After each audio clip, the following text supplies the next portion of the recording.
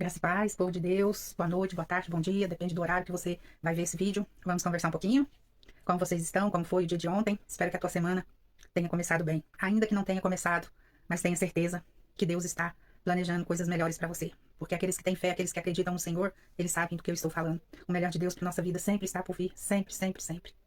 Eu quero falar com vocês sobre Judas. Hoje, na hora do almoço, eu e meu esposo conversando, e eu falei pra ele que desde de manhã o Senhor estava ministrando ao meu coração algo, porque tudo eu pergunto pro Senhor, né? Senhor, mas para que isso? Por que isso? O Senhor me dá uma revelação, o Senhor me mostra, o Senhor não deixa nada em oculto. E eu quero só introduzir aqui para vocês, para saber que Judas existiu e ele era discípulo de Jesus. Tá lá na Epístola Universal do Apóstolo, né? Para Judas, capítulo 1, versículo 1, que diz assim: Judas, servo de Jesus Cristo e irmão de Tiago, aos chamados, santificados em Deus Pai e conservados por Jesus Cristo. A misericórdia, a paz e caridade vos seja multiplicada. Eu falei assim, fiquei perguntando, falando com o Senhor, se era permissão de Deus, se era um dos seus que tinha que fazer aquilo, era para acontecer. E por que não escolheu alguém que não fosse discípulo de Jesus? Alguém que o conhecia, que ele até tinha feito algo, algum milagre, conhecido ele, nem tinha assim tanta intimidade, mas sabia que ele era Jesus, sabia que ele era o Cristo, que ele era o Filho de Deus. Por quê? Porque escolheu um dos seus discípulos. Eu entendi. Existe o livre-arbítrio. Jesus disse que um dos seus o trairia. Mas o Senhor nos dá livre-arbítrio de aceitar algo ou não. Judas podia ter rejeitado. Vendo, aprendendo, estudando a fundo sobre a palavra de Deus. Quando o Senhor falava, ele disse que molharia o pão, entregaria para aquele que o traísse.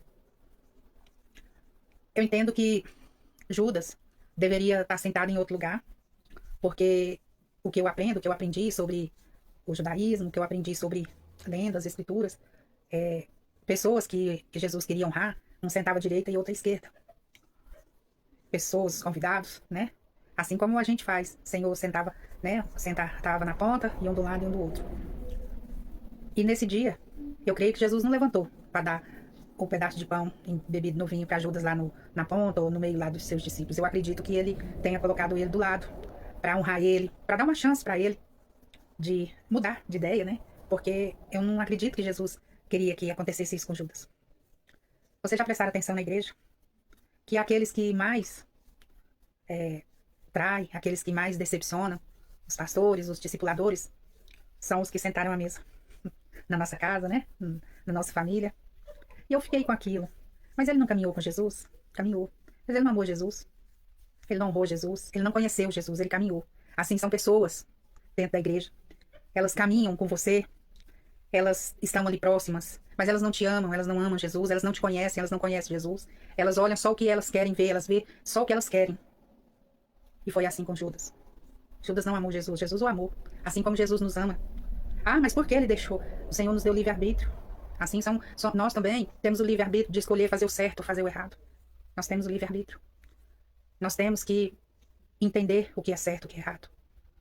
Nós temos que amar Jesus, honrar Jesus, respeitar Jesus. Nós não apenas temos que caminhar com Jesus, nós precisamos amar, nós precisamos conhecer Jesus. As pessoas que caminham conosco, elas precisam nos amar, nos respeitar, nos honrar. E nem sempre vai ser fácil. Eu sempre falo, Judas sentou à mesa com Jesus. Aquele que vai te trair é o que está próximo de você, o que senta à sua mesa. O que sobe lá no altar, senta do seu lado, que canta do seu lado. Ele também tem o livre-arbítrio de te honrar, ou te decepcionar, te trair. E aí eu falo para você, Judas, ele se arrependeu. Tanto é que ele foi lá e jogou as moedas lá, né? Ele não aceitou aquelas moedas porque o arrependimento bateu. E aí logo após ele suicidou. O que faltou? Judas tinha qualidade, tinha, né? Ele se arrependeu. Mas o que faltou? Ele chegar até Jesus e dizer, mestre, eu pequei contra ti e contra todos. Senhor, eu preciso do teu perdão.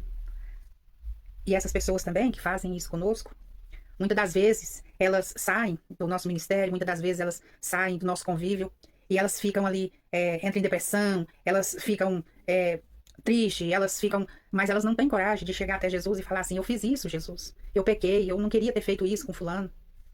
Não tem coragem de chegar até nós, pedir perdão, reconhecer que pecou, reconhecer que errou. Judas não precisava ter se enforcado.